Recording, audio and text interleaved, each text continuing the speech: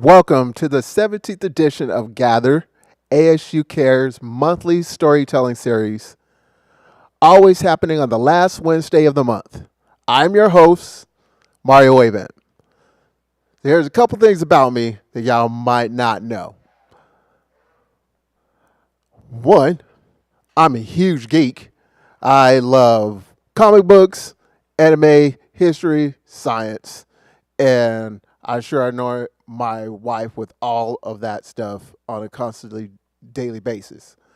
I am a military veteran, and I used to live in Germany with my wife, which was really, really fun. Um, on Friday, it will be my birthday, so that's cool. And let's see what else y'all might want to know.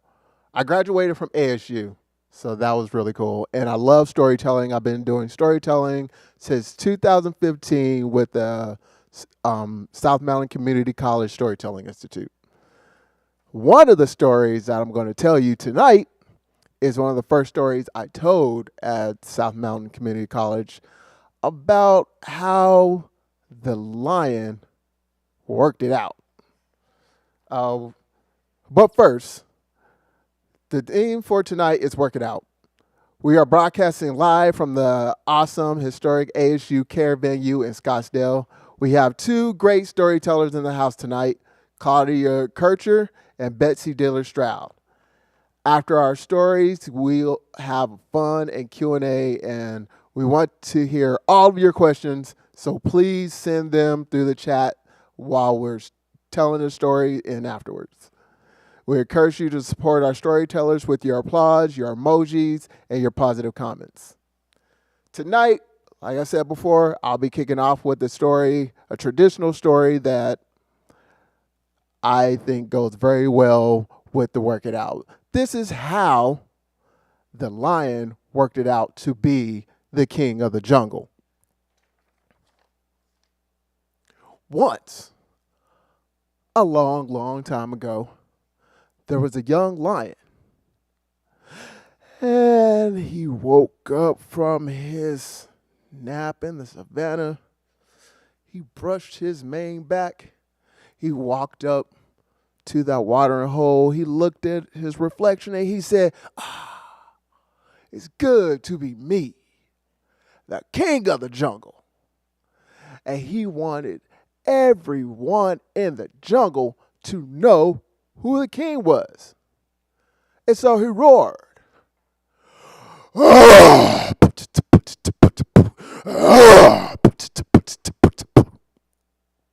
He was strutting with his chest out through the jungle. And then he seen in the tree, there's this monkey.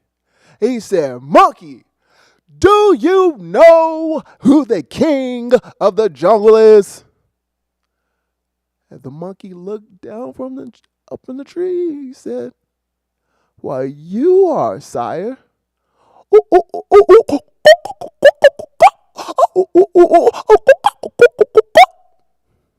That's right.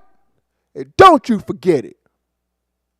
The lion kept strutting along, brushing his mane. And then he saw a pride of hyenas. And you know how lions and hyenas are bitter enemies. Everybody's seen the Lion King. But he didn't care. He walked straight up to the matriarch and he said, hyena, do you know who the king of the jungle is?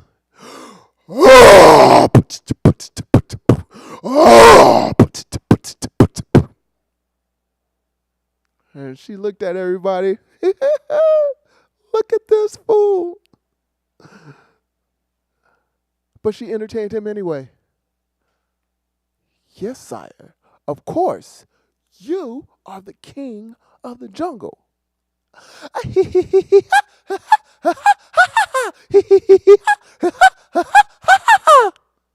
He said, that's right. And don't you forget it. And the hyena said, but sire, the elephant doesn't know who the king of the jungle is. Somebody doesn't know who I am? Well, you tell me who this elephant is, where I can find him. Well, he's a big elephant. You won't miss him. And he's way, way deep in the jungle. Okay. And so he went to go look for that elephant. Deep in the jungle. Deep in the jungle. And then he found him. This big bull elephant. And he's just doing what elephants do. He's picking up those trees and he's just tossing them behind him. He's picking up those big boulders. He's tossing them like pebbles. And the lion went up to the elephant. He tapped on him. Hey, elephant, do you know who the king of the jungle is? The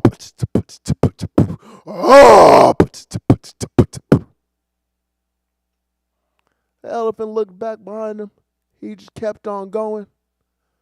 Oh, a lion just you gonna ignore me?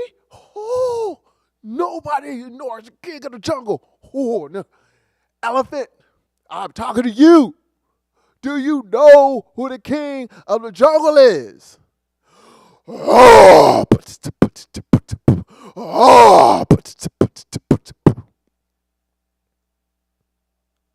elephant just kept on going.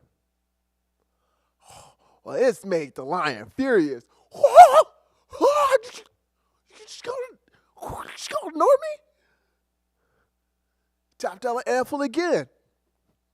Elephant, you're not just gonna ignore me. Do you know who the king of the... But before the lion could even finish, the elephant picked up the lion with his trunk. He raised him in the air. He said, Lion, do you know who the king of the jungle is? The lion looked at the elephant. You are? And don't you forget it. And just then, the elephant banged the lion on the ground.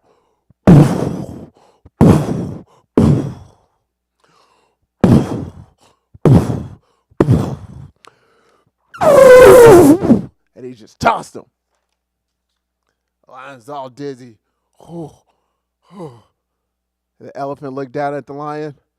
Won't you give me one of those little roars again? Lion, okay.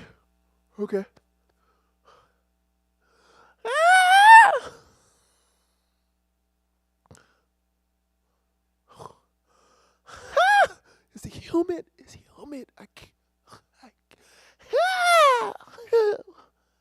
The elephant said, I am the king of the jungle, and don't you forget it. But you know what? I don't need to go around boasting and bragging. We could work this out. You could have the title of the king of the jungle as long as you remember who I am. And the lion said, okay. Okay, deal. And the elephant walked away, waving his tusk, and he went back deep in the jungle. Until this day, when you hear the lion roaring, he's telling you who the king of the jungle is.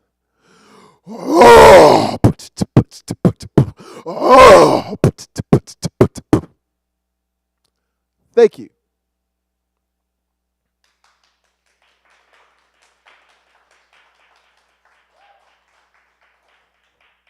Now, our next storyteller, she tells these amazing stories. I've had the privilege of being in class with her, of hearing her stories. Our next storyteller is Claudia Kaercher. Claudia is a Pacific Islander from the Chamorro Filipino descent in the Marina Archipelago in the West Pacific Islands. She's been a resident of Arizona for over 35 years and is the founder of the Island Liaison, a nonprofit serving Pacific Islanders that are not eligible for many federal or state services. Island Liaison links them with health and human service programs and educational opportunities. Claudia is also a member of the Arizona Asian Chamber of Commerce, Asian Pacific Community in Action, and many more Asian and Pacific Islander advocacy outreach programs. She also tells this really, really cool story about Christmas and Santa Claus. She's not telling that story tonight, but believe me, that is one of my favorite stories I've ever heard her tell. And with that introduction, take it away, Claudia. Thank you. We all know how the 2020 coronavirus pandemic changed our life drastically. We were all mandated to confinement. We were told to stay put in our homes. My 5 siblings and I live in different parts of the world, from the Caribbean to the Western Pacific to here on the mainland. Us islanders, we call the U.S. continent the mainland. Let's not forget time zones. In the Caribbean, it's 10 o'clock this evening. In the Western Pacific, it's 11 in the morning tomorrow. And here on the mainland, it's 6 p.m. Pacific time. Before the pandemic, my siblings and I would talk to each other every now and then, just to catch up with what's going on. This pandemic has caused us to use an app on our iPhone to stay in touch with each other every day. We would greet each other every morning, share our day's events, and in the evening, before we turn in, we would say goodnight. Sharing our day's events every day became to sound the same, boring. So we decided to do something about it. We came up with the Silly Pandemic Mask Challenge. Yes, the Silly Pandemic Mask Challenge. And the rules were simple. You had to design and create your mask. You can use any kinds of materials and items. You had 2 weeks to complete it. You had to photograph it, take a selfie wearing the mask in public at least once. And the winner will be announced by a judge, none other than my husband. I know already, no favoritism here. The 2 weeks went by fast. Photos and explanation of how each mask was made were submitted. The description of each mask will be in the order from the youngest to the oldest sibling, and I'll share bits of interesting pieces about them. Mask 1, a silk scarf adorned with assortment of old-style glass Christmas ornaments, glitter Christmas ribbons, and a battery-operated LED wire string lights, all held together with safety pins. This sister in Phoenix at one time modeled for the Mattel Barbie doll series, Asia. Mask 2, a fabric doily with flowers embroidered on it, was embellished with acrylic pearl dropped type of beads. It was hand sewn onto the doily. This sister was invited to attend Her Royal Highness Queen of England's birthday, celebrated in St. Lucia. That's where her husband is from, a British Commonwealth. The third mask. My sister used 3 miniature mittens that had the initials of each of her sons on it, and they were all held together with large safety pins. This sister, growing up, was the richest of all of us. Why? Because she charged you when you borrowed her clothes. The fourth mask.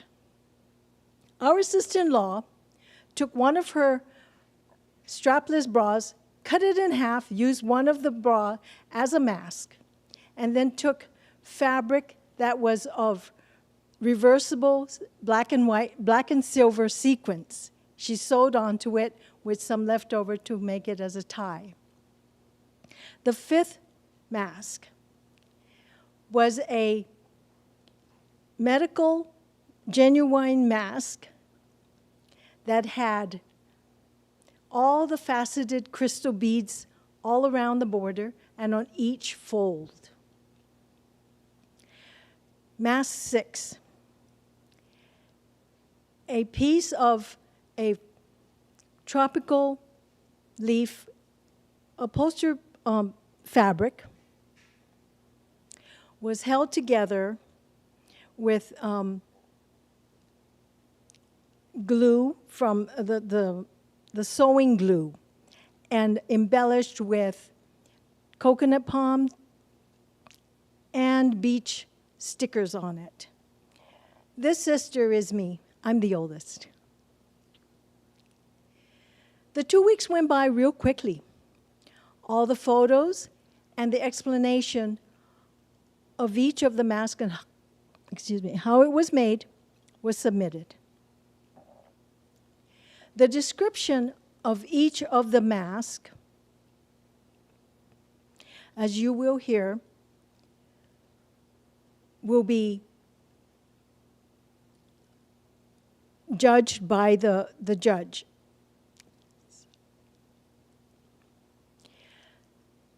And according to the judge, all masks were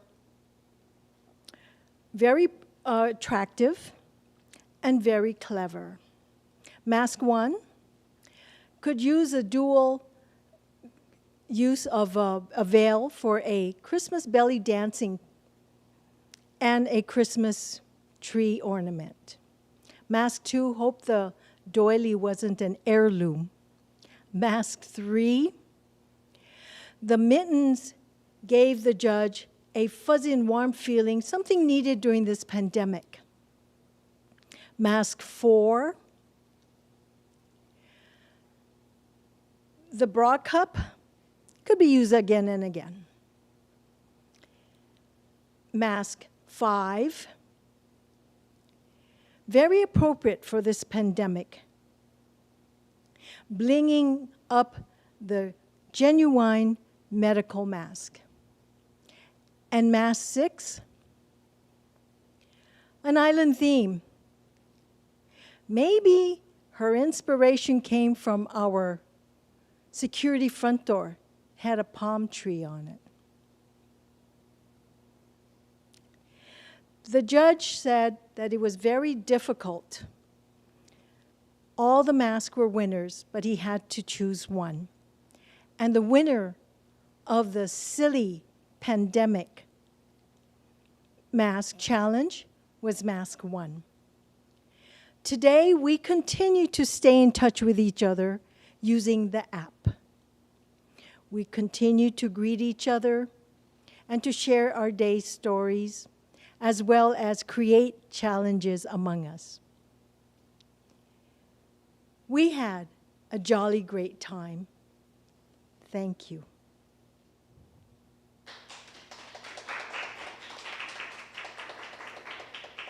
Thank you, Claudia, for that really, really cool story. I do have questions for you. One, have you got to see any of your family since the COVID has happened? And two, does your family still make those masks? Y'all still do the challenge, or what's going on there? How y'all keeping up with that? Question 1, because of the COVID pandemic, since we live far away from each other, we have not personally visited each other. And the question 2, we made our mask one-time use only But I've used my mask to help me in my island liaison when I'm trying to bring the message out to mask up folks, and I use that as my banner. Did your mask win? No, Were you mad because at your remember husband? the judge was my husband, so I said, no favoritism there. And then he said there was no imagination because my door was a palm tree. So, yeah. I'll think twice next time. Thank you very much, Claudia. Thank you. Next up with her true story is Betsy Dillard Stroud. Betsy is an artist, a writer, and a lecturer. She has an MA and ABD from Virginia University. In 2007, she was one of only 28 Americans invited to an exhibit in the first international exhibit of watercolor masters in China. She is a signature member and Dolphin Fellow of the American Watercolor Society in New York, which is very cool because I didn't even know there was a watercolor society at all. So I'm going to have to check that out. She is a workshop teacher and has judged of more than 50 exhibitions. Betsy has been writing for major art magazines for several decades. She wrote 3 art books and memoirs. Her painting reflects her love of the West and Southwest, her passion for art, history, and the symbolism in her life. Her works are in hundreds of collections in the U.S., Japan, England, Canada, Australia, and the Bahamas. Our work get around. That's cool. She is an accomplished lecturer and has achieved the International Toastmasters Silver and Competent Leader status. She is a member and a former president of the Park Central Toastmasters in Phoenix. Welcome, Betsy. Thank you, Mario. Victor Hugo said, the 2 most important things for anybody to live a purposeful life are the books you read and the people you meet. Oh, the people I've met. But I want to take you back to the summer of 1965 when I met a man of destiny. I knew it immediately. This man actually changed the course of history. His name, Jonathan Myrick Daniels. That summer, my gosh, it was so hot that everybody in Lexington, Virginia, my hometown, swore that the flies fled in formation to the swimming pool. Our clothes were sticking to each other like jam. It was really hot. And it was hot in the living room, our living room too, because I was going to Maine to visit a VMI cadet and his family. And my uncle, Herbert, who actually was also my father, because when my father died, 4 years later, he adopted me and my 2 sisters and married our mother. I have to say that with our family, it's like somewhere between Noel Coward and Tennessee Williams. That's all I can say. But he was saying, I forbid it. I don't want you to go to Maine. You're not divorced yet. Everybody in Lexington will talk about you. And they're already talking about you. He was puffing furiously on his camels. I couldn't help but laugh because the smoke was so great I could hardly see him. Herbert joined the 20th century. My mother, in the meantime, whose name is Liz, we could never call her mother. She said, my name is Liz, call me Liz. She was making faces behind his back. I could always count on her with respect to men and money. She'd always be on my side. And Liz said, listen, Herbert, you've got to control yourself because Jonathan will be here any minute. Let me tell you a little bit about Jonathan. Jonathan Daniels was in the class of 1961 at VMI. He was a brilliant student, a student of my father's. My father was head of the English department at VMI for many years.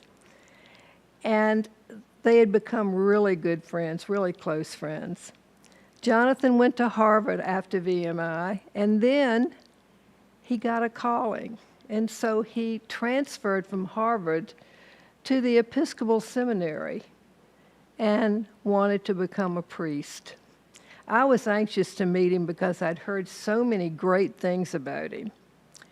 Well, pretty soon he arrived, and oh my gosh, I liked him immediately. He was a kind of person that had a luminous and a radiant appearance. He was sweet-looking, nice-looking, kind-looking, a slim man with sparkling brown eyes that not only seemed to contain a lot of wisdom, but certainly there was a little reticence there too. We got along just great, and that afternoon Herbert forgot that he was yelling at me about going to Maine to visit this boy and his family. And Jonathan blended into our family just like butter and vanilla in a pecan pie. We spent the afternoon talking, and every time I looked, Jonathan was snapping pictures of us. I often wonder what happened to those pictures. And the day wore on, and we dined on a typical Southern dinner of snaps and spoon bread and fried chicken and a great big piece of pecan pie at the end. And then we all drifted out to the porch where it had cooled off a bit.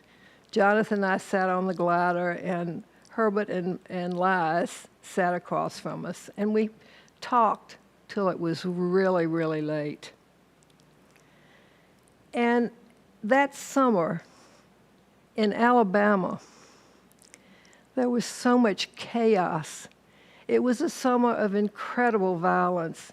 It was a summer where the black belt, so-called because of the color of the sand, was stained and tinted with the rich, dark blood of freedom fighters. And that's where Jonathan was going, to Selma. Finally, we went to bed, and the next morning, I woke up, and I thought, I've got to go down and say goodbye to Jonathan. I knew he was leaving very early. I walked through the dining room, and I could hear this murmur of low voices. I could hear Jonathan's voice, and I could hear Herbert's very southern basso continuo. And as I opened the door to our kitchen, and our kitchen faced east, so there was always a lot of light coming in the summertime, so that when I opened the door, the light was so intense, I could not see Herbert and I could not see Jonathan. Well, but I could hear, and Herbert's words were chilling. He said, "Jonathan, be careful. You could get killed down there." Jonathan left and drove to Alabama, and soon I left and went to Maine. Jonathan started marching, and I fooled around on the beach, went out with my boyfriend on lobster boats and caught lobsters and crabs, and we had hot dogs on the beach. We had such a wonderful time every single night. We went to bed laughing, and Jonathan was in Selma. On August the 14th, I left to come home. On August the 14th, Jonathan was arrested with another clergyman and 2 teenagers. And they were put into a jail with unbelievable circumstances there. A few days later, I was sitting on the safety of my front porch, and Jonathan, the 2 black girls, teenagers, and the clergyman were released from jail. And they walked toward a country store. They got to the country store, and all of a sudden, a white sheriff appeared with a 12-gauge shotgun. He said, "Stop, or I'll shoot." They weren't doing anything. They went there for ice cream. Lo and behold, he picked up the 12-gauge shotgun. He aimed it, and when he aimed it at Ruby Sales, one of the little girls. Jonathan stepped in front of her and took the full blast of the 12-gauge shotgun. And of course, it killed him immediately. What can we do how can we work out something like that? The way that I have sought to work out is to tell this story every time I get a chance. And to end it, I would like to say that there are two martyrs in Canterbury Cathedral in England. One is Martin Luther King, and the other is Jonathan Daniels. Hear the words from Jonathan's 1961 baccalaureate address. Colleagues and friends, I wish you a purposeful life. I wish you new worlds and the vision to see these worlds. And I wish you the nobility and the capability to do all this. And the last thing is this. When you see the unseen, always have good cheer. These words are so relevant today in this society we're in. I remember them, and I have memorized that paragraph because I think it's so great. I hope you will remember Jonathan Marek Daniels, martyr.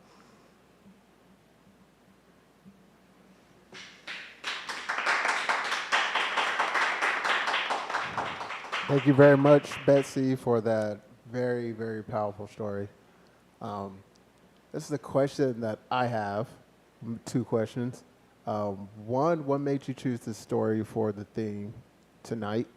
And two, if you could say anything to the kids today that inspire you from Jonathan, what would you say? I think Jonathan would certainly say to all the kids and to all the adults, be kind. Be kind to each other. We're living in such a divided world. It's topsy-turvy. But if we can all manage to be kind, it doesn't matter whether we agree on things. But that would solve a lot of problems. And Mario, I'm not sure I heard the first question. What was it? The first question was, what made you think of this story for the theme tonight? Because I think it's relevant. The same thing is happening today. You and I talked about that before. And we've got to stop it. No, Jonathan was killed by hypocrisy, by greed, by so many things that are going on today. So we must all take a conscious step to do what we can to stop all this violence and hatred.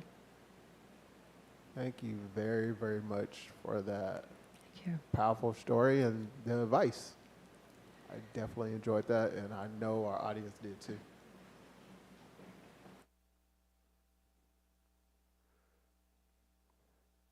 Okay, so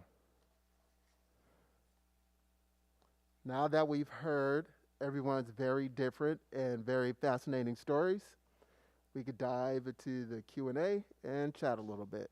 We're going to wait till other storytellers get down, and then we're going to start talking to all of our guests that are tuned in and answer all your questions. And oh, yeah, no, you can come on. Yeah.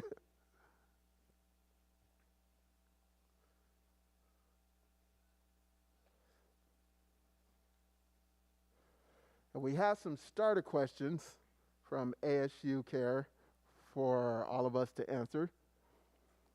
So if you're tuning in and you have some questions for everyone or one particular storyteller, please drop the questions in the chat, and we will love to hear from every one of y'all. Everyone.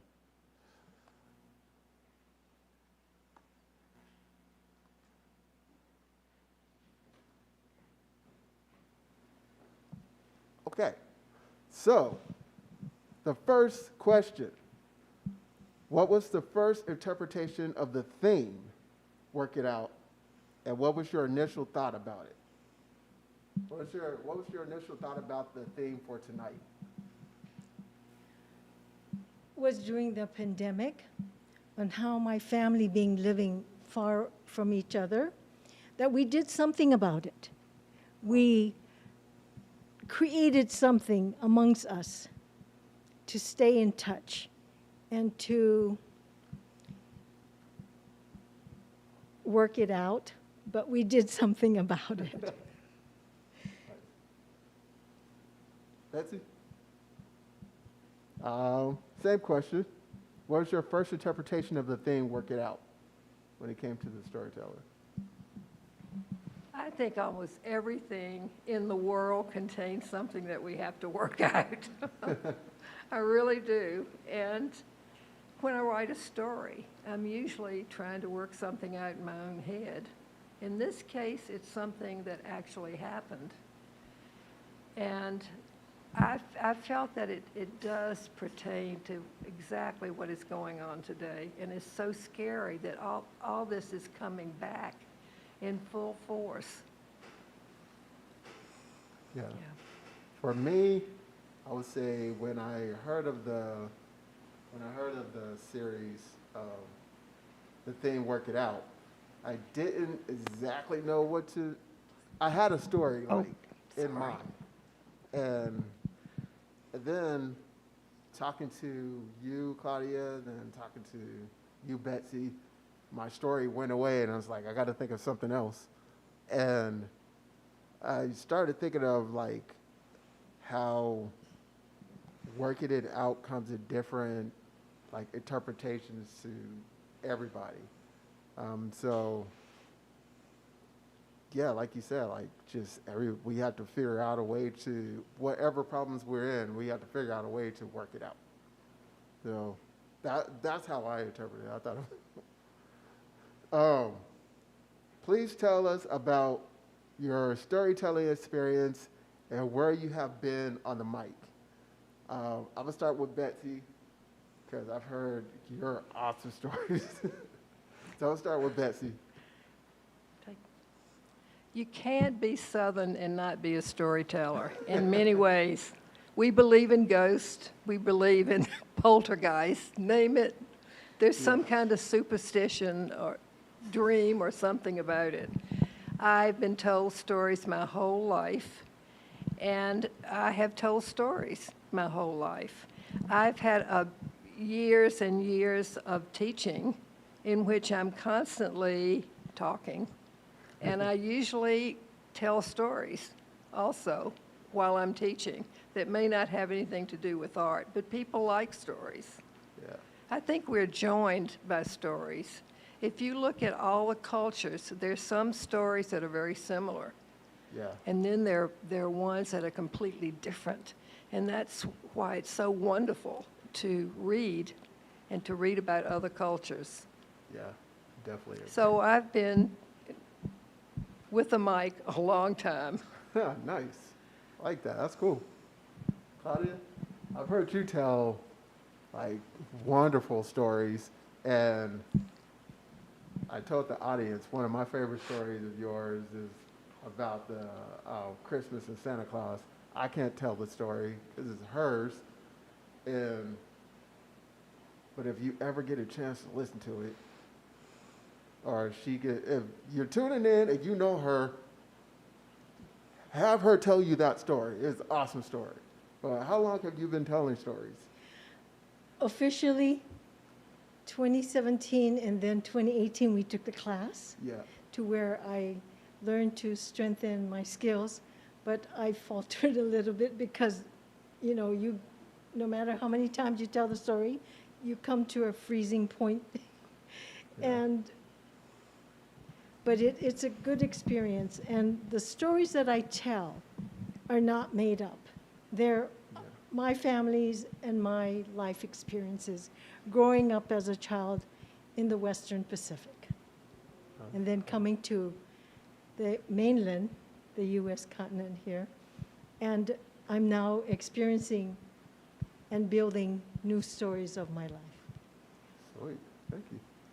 For me, I've been telling stories since 2015. My wife tricked me into get into the storytelling competition, and after that I was hooked. But I'm constantly surrounded by storytellers. My wife is a wonderful storytelling teacher, and she's like a wonderful storyteller, and she teaches with storytellers at South Mountain Community College. I tell stories all the time. I love teaching storytelling, and I feel like storytelling is it's the first, I feel like storytelling is like the first communication that we've had since the beginning of time, and it's going to continue going through to the end of time. And Exactly. so storytelling is that important. Yeah, before writing was Yeah. invented, people told stories all the Yeah. time, or they drew. Yeah. They drew pictures, so pictorial images and storytelling were the history. Yeah, for sure. Okay, this one is for Claudia. We only had time to share a few sections of your very impressive bio. You are so active in serving Pacific Islanders and connected them with important resources. What is rewarding about the work that you do? It's seeing them become self-sufficient slowly. My gratification from them is when a youth continues on to higher education because of resources that we provided, and for families that were sick and needed health care and now can receive it officially. Oh, nice. It's gratifying. That's really cool. That's really cool that you do that. Thank you for doing that. Betsy, this one's for you. You are a noteworthy artist, author, and speaker with a great bio. We can only share a few facts too. How does your vast experience in visual arts, influence, and color help you to tell these stories? Am I supposed to take it down? It's- The two go hand in hand. It's sort of like any creative person always has another creative talent too, either music or dancing or whatever. But of course, it informs my writing. And coming to Arizona, I've been here 25 years now. I can hardly believe it.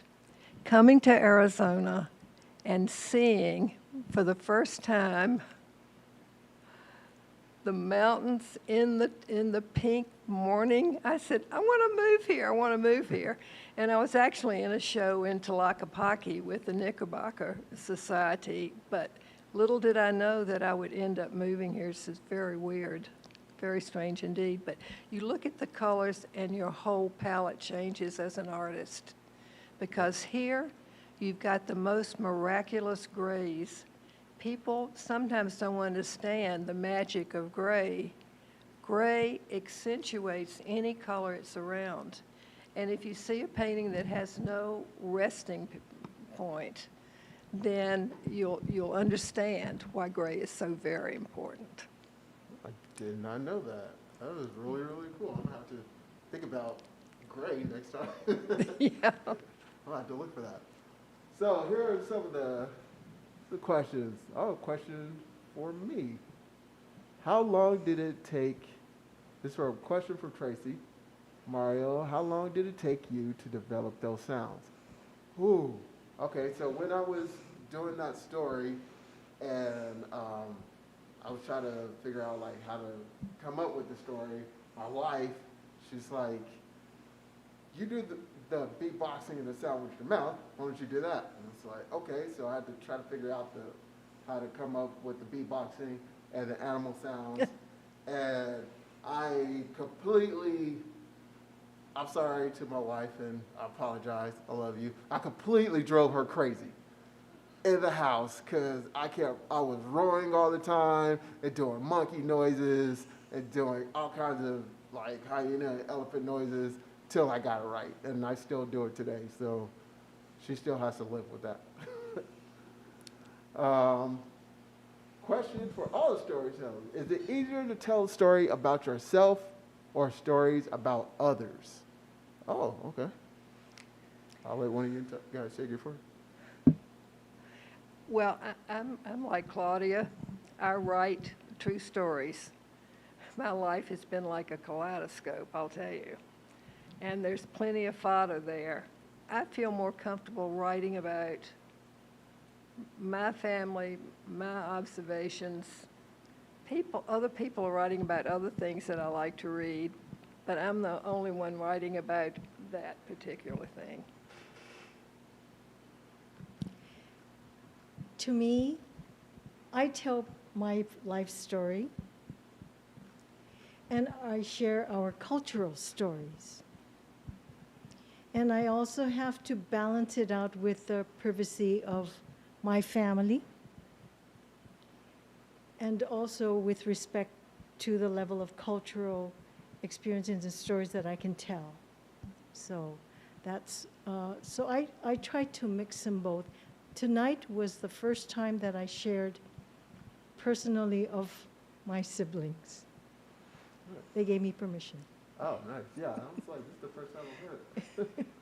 That's cool. For me, it's easier for me to tell stories about others. I love telling stories that are folk tales and fairy tales and legends.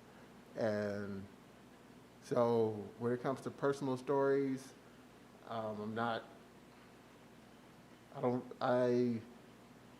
can't tell them, I like telling them, but I prefer to tell the stories of myth, the legends, and the magic that's like in the world. This is a story from Tracy for Claudia. Do you think the mask from the challenge or the winning one will be carefully preserved for posterity? I can tell you the truth. My mask is preserved. Nice. My sister's mask, all the ones that were held together with safety pins, they're undone. It was a challenge. Did you want to do them or did they? Mine is tacked together with iron-on Oh, nice. fusible bounding web. So, and I use it literally to, when I make my flyer, to tell people, wash your hands, stand in, keep distance, wear the mask. And that's the mask that I use. Oh, nice. Yeah. Okay. This one is another one for Claudia from Kathy Nakagawa. Hello. Claudia, what were some of the other challenges your family came up with? Okay, it didn't stop there because remember every month I did not know about I Spy, the game I Spy. Oh. That was a challenge because I would take a picture and then they would immediately respond, "You sent us that picture 2 months ago. What are you talking about?" And then the other one, we came up, the Christmas one. We all had to make the most brightest, the fanciest Christmas necklace draped. Oh my goodness. Everything was, my sister bought a headband, gold, and lights and bells and all that. And so it's a challenge. We had a challenge for Easter this year, but because of everything going on, we didn't have one, but we're working on making another one for this year. Oh, nice. Yeah. So we keep on doing challenges. Nice. Question for Betsy. What did you do? What fun things did you do to get yourself through some of the depressing times of the COVID? I created over 1,000 paintings on my iPad. What? Yes, I did. I didn't even know you During could do paintings the on iPads. pandemic, you can. And I'm so furious at Apple right now because they removed my drawing app and they put on this gimmicky thing that I can't stand. I can't get the same effects that I could get with that other drawing app. And so now I've quit, but I did over 1,000 from March the 12th, which is the day I quarantined myself, till now. Over 1,000? Yep. And probably Whew. more than that because I deleted the ones I didn't like. Oh, you better than me. I would have stopped at like 2. No, that is a lot of paintings. It is. Oh, It is. Man, my wife would have loved that. I would have. Oh, it's No. fabulous, the colors you can get on the iPad. And I was given an iPad. What a Oh, gift. man. And I started drawing on it immediately. It took me a while to really like it. But I was intrigued and I just kept doing it and compiled all those paintings. Oh man, that is amazing. Okay. Oh, you blew my mind. Okay. This one is from Marlene. Do you remember the first story you told where you just went, yep, this is the art form, I want to pursue that aha moment? You remember like the first story that you're like, I'm gonna keep doing this? Well, the first child story I told to my nieces and nephew, and it was called The Man with the Purple Milk Bottles. And they got so scared, they still talk about it. And I also used to mimic the witch in The Wizard of Oz. Oh, nice. So they tape me telling these stories, and I always put in some kind of scream or something to really sort of scare them. Can you still do those screams? Yes. Can you do one for us? Let's see. Ha ha ha, my little pretty, and your little dog too. Yeah, I would have had nightmares for that, like for sure. That definitely would have got me. What about you, Claudia? The first story was about how I became a U.S. citizen. Oh. And it was like, oh my gosh, I think I can do this. And so with the influence of friends, professors, I entered into taking it seriously and taking a course. And then I came home one day, and I don't know why, my mom had passed a long time ago already. And I sat down, and her spirit must have been there. And I just stood up and said to my husband, I think my mom is very happy because now I've always been wanting to talk, and so now my mom thinks that I found a good profession. Nice. So. For me, it was when my wife and a professor got me to do this Greek and Roman challenge at South Mountain Community College, and I got on stage and I had this wrestling belt, and I was like essentially being like the wrestler The Rock, but I was Kronos. And then I was just like larger than life. And I didn't know what I was doing. I just got up there and just started doing it. And people loved it. They clapping, people were cracking up. And then my wife, she really liked it. And I was like, okay, well, this is something that there's another thing, it was something that both me and my wife could share together, because I could listen to her stories, and then she could listen to my stories. And anytime I have a story that I'm like, okay, I think this is how it needs to go, but I'm not sure, I go to my wife, and she tells me exactly how it is, and then she makes my story that much better. Last question from Marlene. Who do you remember being the first storyteller in your life? Either one of you can take that first. My grandma. Okay. She didn't speak English.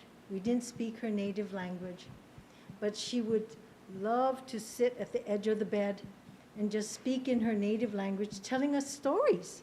And then later to find out that those stories came from the Book of Grimm's. Oh, good. The you Brothers know? Grimm. Yeah, but they were, because we had a German colonization at one time in our islands, and so that was introduced to them, and so the stories but she would say it in her native language, and later on to learn, and we love those books. Oh, nice.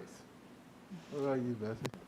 My father and my grandmother, both of them. And Papa would tell us really scary things. There was a witch, but he told us that he really fixed the lock with electricity so that if she tried to get in and hurt us, that it would electrocute her.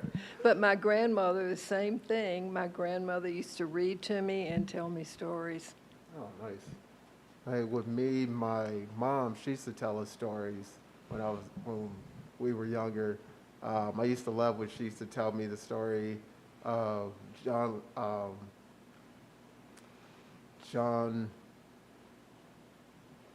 Henry. That's his name. I'm always going to kill me for forgetting that. Tell the story of John Henry. And then she used to always read me this book called Abi Yo-Yo. It was a South African book. And she used to always read me that. And I love that story.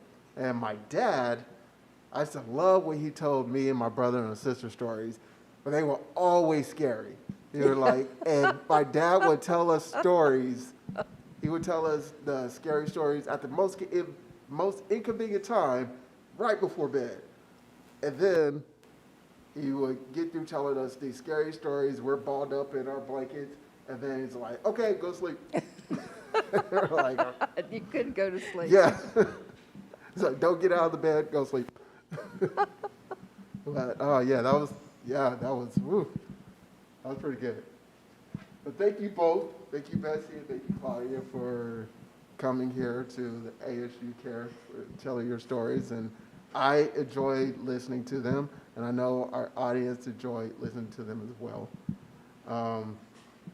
And just want to thank everybody for tuning in. Thank everybody for being here. And thank you so much for tuning in for the Gather this month and getting to know our Arizona storytellers. And you could get to know them better. Is there any way they can get to know more about you? Or there a website that somebody could go to know more about either one of you? Yes, they can go to the website of islandliaison.org. Islandliaison.org. Yes. Okay. And then, All you have to do is just put in my name on YouTube or Google or anything and get a lot of information. Also, my website, Stroud.com. Okay. It's been hacked, but it's going to be fixed. Okay. And Google and all the browsers. okay. Whoops, I keep forgetting this. Sorry. And thank you everybody for being a wonderful audience. And thank you for supporting all the storytellers tonight. And thank you, Mario. Oh. Thank you. Thank you, Mario. Thank you. Great MC. Our next month gather will be Wednesday, September 29th at 6 p.m. And these shows are always on the last Wednesday of the month. The theme is Do-Over. And the guest host will be Marilyn Torres. She is a faculty at South Mountain Community College, and she's part of the Storytelling Institute at South Mountain Community College as well. So watch just as you've done before at the ASU Care YouTube, Facebook Live, or Twitch. We recommend that you subscribe to ASU Care's YouTube channel or follow them on Twitch right now so you won't miss any of the venues, Cool Musical, or the storytelling stream. ASU Care is a self-sustaining venue that has been producing free live stream arts programs since April 2020. They created paid gigs for Arizona musicians and storytellers during these dark times and help keep the arts alive for audience. ASU Care receives no funding for the state or university, and your assistance is crucial to bouncing back. If you are able to do so, please stop by the asukerr.com, that's ASUKERR.com, and click Gold Give Now, but click the Gold Give Now button at the top of the page to contribute to ASU Care. We will be helping at extremely specific historic venues sustain the arts in Arizona, artists, and the connection of the communities. And we thank you all again for joining us, and you all have a great night. Thank you.